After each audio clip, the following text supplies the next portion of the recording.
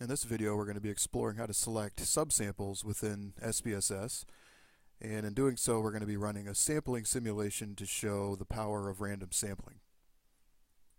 So I've got SPSS open, and I'm going to first take a basic descriptive statistic of age of a respondent. This will be a baseline that we'll use for this exercise, this simulation.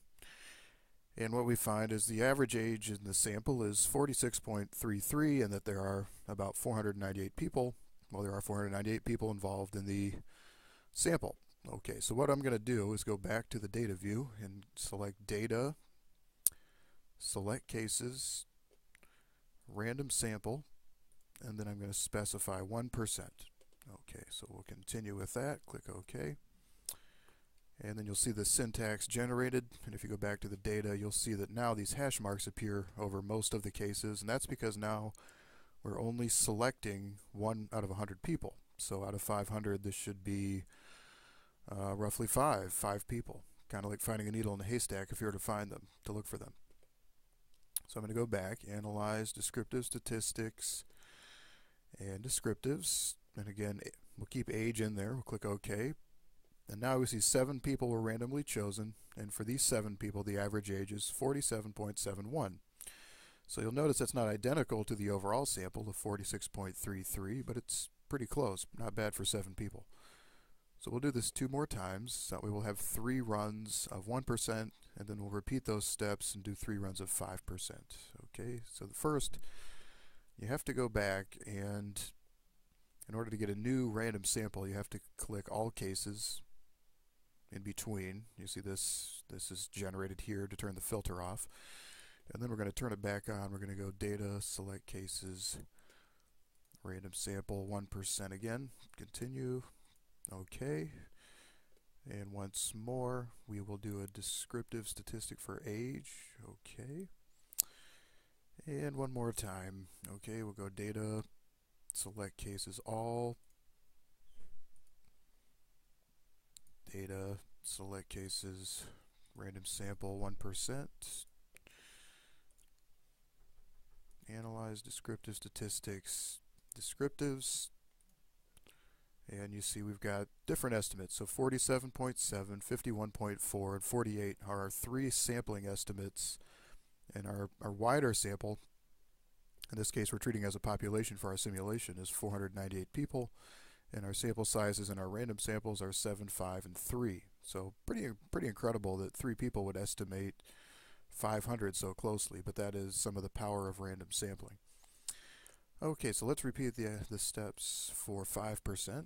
So we'll go Data, Select Cases, All, just to reset things. Data, Select Cases, 5%. Analyze Descriptive Statistics, Descriptives. You see the sample's a little larger at 5%, and our estimate, well, not great, 41.39. You never know what's going to happen with sampling error with any given sample. Okay, we'll do this again. Data, Select Cases, All Cases. Data, Select Cases, again, 5%. Analyze Descriptive Statistics, Descriptives. That one is 46.8, a little closer. And one more time. Data, Select Cases, All Cases. Data, Select Cases, Random Sample, 5%. And one last time, Descriptive Statistics. And for our last subsample, our mean estimate is 49.6. So we now have output. We have 3 random samples of roughly 5% of the overall sample, and our estimates range from 41.39 to 49.6, and one falling in the middle there. And we have estimates of 1%.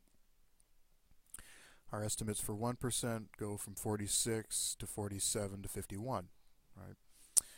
Now, if we were to sit down and calculate the average error between these estimates, I'm sorry, this 46 was the actual overall estimate. The 1% range from 47 to 51 and 48. If we were to sit down and subtract the actual population mean, 46.3, from the sample means, we'd probably find that for the 1%, the average error was greater than the average error for the 5% if we were to do the same thing there. And it doesn't always work out that way actually due to random chance, but usually what you find is that the estimates with the larger sample size are closer, and that illustrates one of the basic ideas of sampling theory. And that will conclude our discussion.